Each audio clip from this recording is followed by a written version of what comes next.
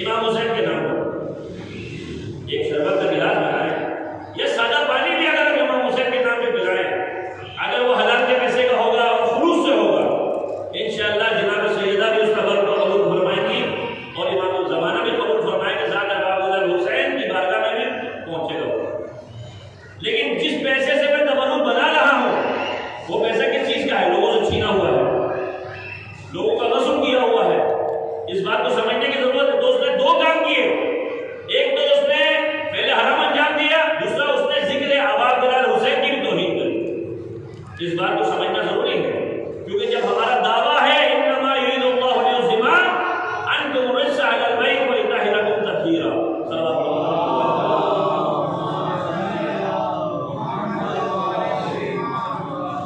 یعنی تبرک جو ہے آپ لے کے جائیں۔ اگر آپ کے گھر میں کوئی بیمار ہے، آج تو آپ کو معلوم ہے کہ یہ آفت ہر جگہ موجود ہے، ہمیں کسی اور کے دروازے پہ جانے کی ضرورت نہیں ہے۔ خدا نے جہاں 1,24,000 انبیاء ہدایت کے لیے رکھے ہیں تو وہاں پر جو ہے ہمارے لیے ائمہ معصومین جیسی ہستیاں بھی رکھی کہ جن سے ہم متوسل رہے، متمسک رہے تو انشاءاللہ دنیا میں ہم ضرور رسوا نہ آخرت میں کسی کے جو ہے محتاج ہوں۔ تو اس چیز کو سمجھنے کی ضرورت ہے۔ کبھی دعا توسل کا جملہ پڑھیے گا، انا توجہنا وتوسلنا بک الی اللہ، یعنی ہم خدا کی بارگاہ میں آپ کو توسل قرار دیتے ہیں اپنی حاجتوں کو پورا ہونے کے لیے۔ صلوات محمد وعلی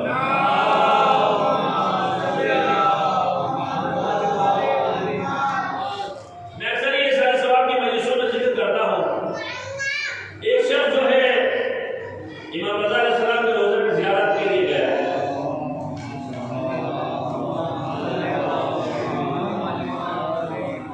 بوڑھا آدمی تھا، تو امام رضا کے روضے کے سامنے بیٹھا ہوا ہے، اس کو نیند آ گئی۔ جو خدام تھا خادم نے پہلے اس کو اٹھایا، اس بوڑھے شخص کو اٹھایا، اٹھ جاؤ، وہ نہیں اٹھا۔ اس کے بعد میں ٹھوکر ماری، وہ زخمی ہو گئے اور وہ اٹھا۔ اٹھنے کے بعد امام رضا کے روضے کی طرف کر کے کہتا ہے کہ میں آپ کی شکایت جو ہے کربلا جاؤں گا امام حسین سے کروں گا، نجف جاؤں گا امیر المومنین سے کروں گا۔ امام رضا کے روضے سے حرم سے نکل کے چلا گیا۔ تھوڑی دیر نہیں گزری، امام رضا علیہ السلام وہ خادم دیکھ رہا ہے، اپنے روضے سے باہر آئے اور دیکھا امام رضا علیہ السلام زخمی ہیں۔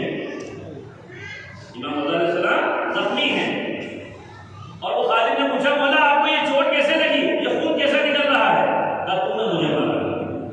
کہا مولا میں نے مارا ہے؟ کہا میرا جو زائر تھا مجھ سے ملنے آیا تھا، میری زیارت کے لیے آیا تھا۔ کہا مولا وہ سو گیا تھا۔ بھلے سو گیا تھا لیکن تجھے چاہیے تھا صلوات پر محمد والی،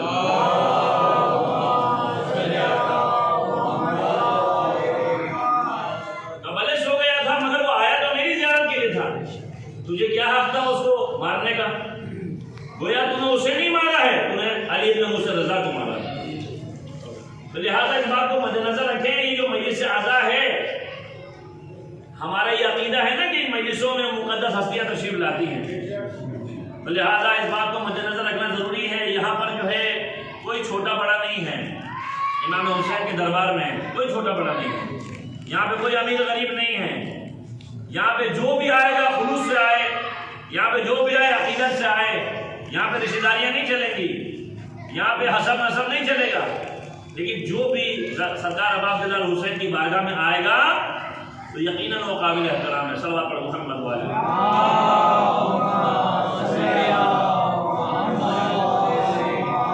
میں نے عرض کیا نا کہ اس وقت جو سب سے زیادہ ضرورت ہے ہمیں تربیت کی ضرورت ہے۔ کس چیز کی تربیت؟ ہمارے پاس جو ڈسپلن ہے وہ کسی قوم کے پاس نہیں ہے، ہمارے پاس جو پلیٹ فارم ہے وہ کسی ملت کو نصیب نہیں ہے، ہمارے پاس جو دستور ہے وہ دستور کسی بھی مذہب کو نصیب نہیں ہے۔ ایسا ڈسپلن کہ اگر وقت کا بادشاہ بھی اگر ہو وہ بھی بیٹھا ہوا ہے، اگر کوئی خادم بھی ہو وہ بھی بیٹھا ہوا ہے۔ تو عرض کرنے کا مقصد یہ ہے گا کہ یہ مجلسیں اگر آپ خلوص سے کریں، عقیدت سے کریں، احترام سے کریں، لیکن صرف یہ مجلسیں کرنے سے ہماری جان نہیں چھوٹتی ہے، ہماری ذمہ داریوں میں اضافہ ہو جاتا ہے۔ اگر یہ مجلس اعضاء منعقد کرنے کے بعد ہم عمل کی جانب بڑھ رہے ہیں، کردار کی جانب بڑھ رہے ہیں، اپنے آپ کو اہل بیت کی سیرت کے مطابق جو ہے زندگی بسر کر رہے ہیں، تو یقین جانیے یہ مجلسیں جو ہے ہمیں فائدہ دے رہی ہیں۔ آج جو ہے دشمن کیوں خائف ہے ہم سے، کیوں خوفزدہ ہے؟ وہ اسی وجہ سے خوفزدہ ہے کہ ان کی قوم کے اتنے لوگوں کو ہم نے مار دیا، اتنے لوگوں کو زندان میں ڈال دیا، بم دھماکے کر لیے، سب کچھ کر لیا، مگر وہ کیا نہیں کر سکا؟ لوگ دلوں سے محبت اہل بیت نہیں کر سکتے۔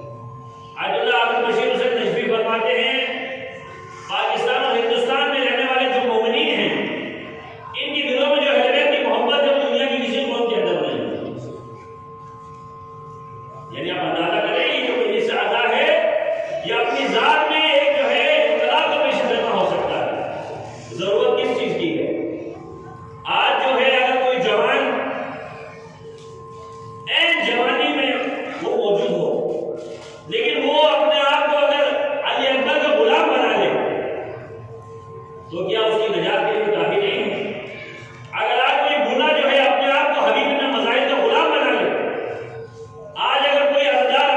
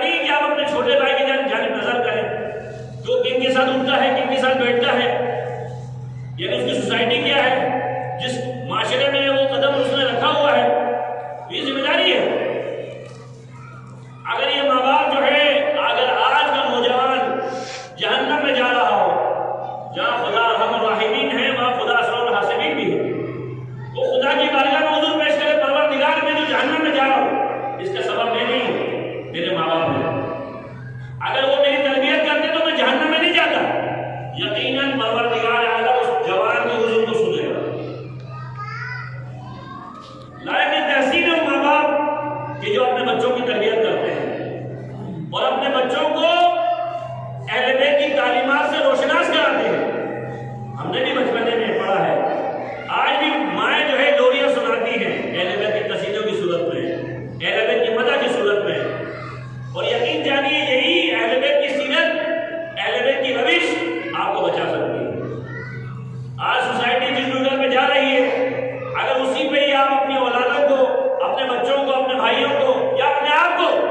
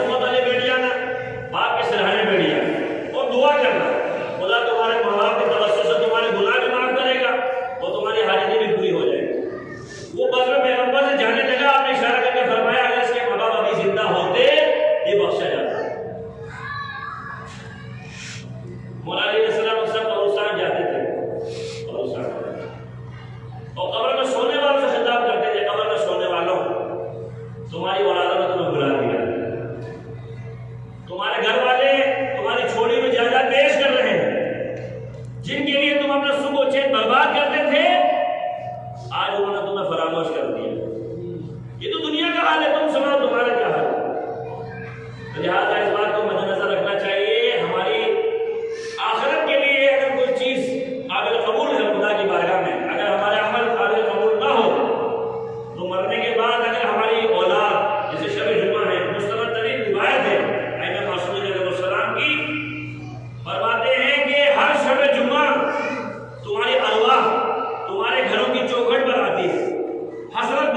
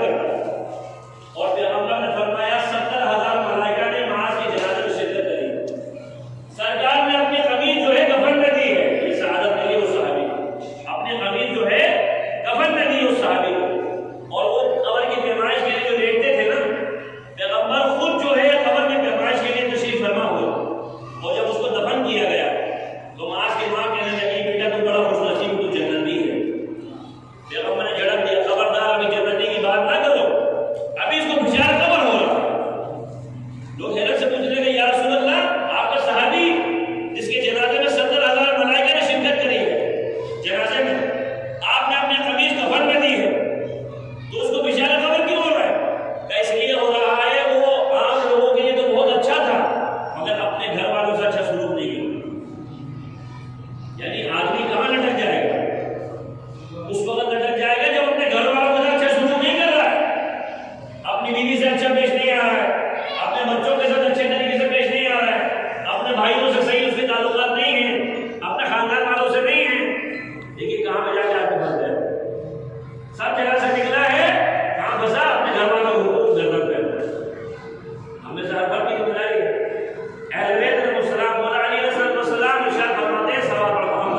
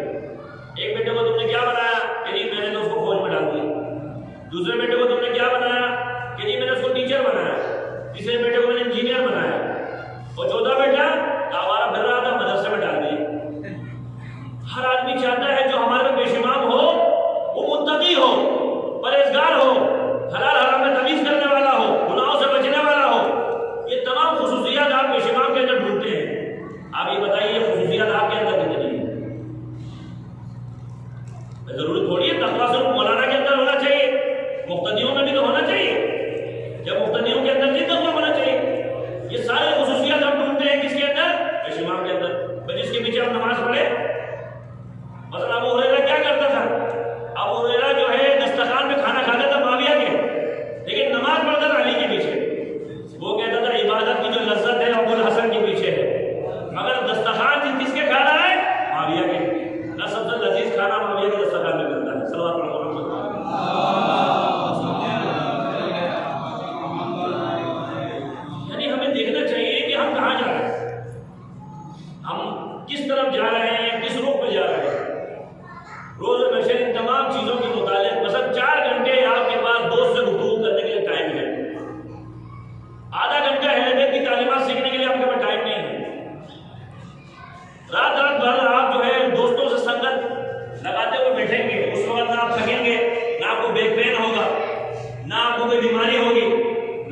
مصروفیت ہوگی، بھائی دوست سے گفتگو کر رہے ہیں، جتنی دیر بھی کریں عبادت ہے، لیکن 10 منٹ کے لیے دین سمجھنے کے لیے آپ کے پاس ٹائم نہیں ہے۔ روزہ محشر 3 چیزیں گواہی دیں گی بندہ مومن کے خلاف، 3 چیزیں۔ سب سے پہلی چیز وہ قرآن حکیم جو آپ کے گھر میں موجود ہے، آپ نے بالکل تخت و تاج پہ اس کو سجا کے رکھا ہوا ہے، لیکن اس کو پڑھنے کی توفیق آپ کو نہیں ہے۔ دوسرا وہ مسجد جسے دلہن سے خوبصورت آپ بناتے ہو، لیکن اس میں آپ نماز نہیں پڑھتے۔ تیسرا وہ عالم دین جو آپ کے درمیان موجود ہے، لیکن آپ اس سے جا کے مسئلہ شرعی نہیں پوچھتے۔ یہ 3 چیزیں روزہ محشر ہمارے خلاف گواہی دیں گی۔ ایک صحابی نے کہا، یا رسول اللہ میں نابینا ہوں، آپ مجھے اجازت دیجیے اپنے گھر میں بیٹھ کے نماز پڑھو۔ بہت سے آپ کو دیندار ایسے بھی ملیں گے، وہ کہیں گے صاحب میں تو اپنے گھر میں نماز پڑھتا ہوں، بھائی میں اپنے حجرے سے کہیں باہر نہیں پڑھتا۔ پیغمبر نے فرمایا اپنے گھر کے دروازے سے لے کر مسجد کے دروازے تک رسی باندھ دو، وہ رسی کے سہارے چل کے مسجد میں آؤ، لیکن گھر میں پڑھنے کی اجازت نہیں۔ اہل بیت علیہ السلام ہمیں کہاں لے جانا چاہ رہے ہیں اور ہم کہاں نہیں۔ آج جو ہے جس چیز کی زیادہ ضرورت ہے وہ اہل بیت کی تعلیمات کی ضرورت ہے۔ آپ سب سے سنتے ہیں، علماء سے بھی سنتے ہیں، ذاکرین سے بھی سنتے ہیں، یہ بالکل وہی روش ہے۔ امام حسین کاظم علیہ السلام زندان میں ہیں، تو بہلول جو ہے کچھ لوگوں کے ساتھ امام سے ملنے کے لیے گئے کہ مولا ہمارا وظیفہ کیا ہے۔ امام چونکہ کچھ بات کرتے ہیں تو حاکم وقت تک شکایت پہنچ جاتی ہے، کیونکہ محبت کھڑا ہوا دروازے پر۔ امام نے کنکر کے اوپر جیم لکھ کر پھینک دیا، لفظ جیم لکھ کر کنکر سے پھینک دیا۔ اصحاب نے اٹھا لیا، ایک گروپ نے سمجھا امام فرما رہے جیم سے مراد جنگ و جدال، حکومت کے خلاف راشن پانی لے کے کھڑے ہو جاؤ۔ ایک طبقے نے سمجھا جیم سے مراد یعنی جلا وطن، یعنی ملک چھوڑ کے چلے جاؤ، مگر بہلول کی سمجھ میں جیم سے مراد جنون، دیوانہ پن، وہ دیوانہ بن گیا۔ اسی دیوانے پن میں اگر کسی نے ہارون رشید کی حکومت کو لوہے کے چنے چبوائے ہیں، وہ بہلول ہے، وہ بہلول کہ جس نے اسی دیوانے پن میں اپنا عقیدہ بھی بچایا، مومنین کی مدد بھی کی اور امام کے حکم کی تعمیل بھی کی۔ ہمیں یہ سمجھنا چاہیے، آج چونکہ شب جمعہ بھی ہے اور ابھی عنقریب جو ہے ہم آئے محرم میں داخل ہو جائیں گے۔ علامہ مجلسی مسجد میں تشریف فرما ہے، کسی نے آ کے بتایا یہ مجلسی آپ کو حضرت فاطمہ زہرا نے بلایا۔ علامہ مجلسی جناب سیدہ کی خدمت میں پہنچے ہیں، جناب سیدہ نے ارشاد فرمایا مجلسی میرے بیٹے حسین کے رخصت کی مسائل۔ علامہ مجلسی نے پڑھنا شروع کیا کہ وقت آخر امام حسین نے اس کا خاصا بلند کیا، حل من ناصر یا رسول اللہ، ہے کوئی مجھے غریب حسین کی مدد کرنے کا۔ امام حسین نے دائیں دیکھا بائیں دیکھا، کوئی مدد کے لیے مددگار نہیں ہے، سب شہید ہو چکے ہیں، کوئی سوال کرانے والا نہیں ہے۔ کہا عباس مجھے سوال نہیں کراؤ گے، علی اکبر بیٹا اپنے بابا کو سوال نہیں کراؤ گے؟ تو کہتے ہیں خیمے سے 2 بیویاں نکلی ہیں، ایک کا نام زینب ہے، دوسرے کا نام ام کلثوم ہے۔ زینب نے اپنے بھائی کی لقاب کو تھاما ہے، ام کلثوم نے سوال کرایا ہے، اور ایک مرتبہ خیمے سے ودا ہو رہے ہیں، یا زینب ام کلثوم یا رقیہ علیکم من السلام، اے اہل بیت کے گھرانے کی بیٹیوں حسین کا آخری سلام قبول کرو۔ اور میدان جنگ میں پہنچے ہیں نا، رزق پڑھتے تھے، رزق پڑھنا شروع کیا۔ جس کا 32 برس کا بھائی شہید کیا جائے اس کی جنگ دیکھو، جس کا کڑیا جوان ہم شکل پیغمبر جیسا جوان بیٹا شہید ہو جائے اس کی جنگ دیکھو۔ لڑتے لڑتے میمنہ سے نصرہ تک جو ہے لاشوں کے کشتے لگائے ہیں، آتی میں غیبی سے صدا آتی ہے، یا ایتھا النفس المطمئنہ ارجعی الی ربک راضیۃ مرضیہ، اے نفس مطمئنہ پلٹ اپنے رب کی طرف۔ حسین نے اپنی تلوار کو نیام سے رکھا ہے اور ایک مرتبہ سجدہ کیا خدا کی بارگاہ میں۔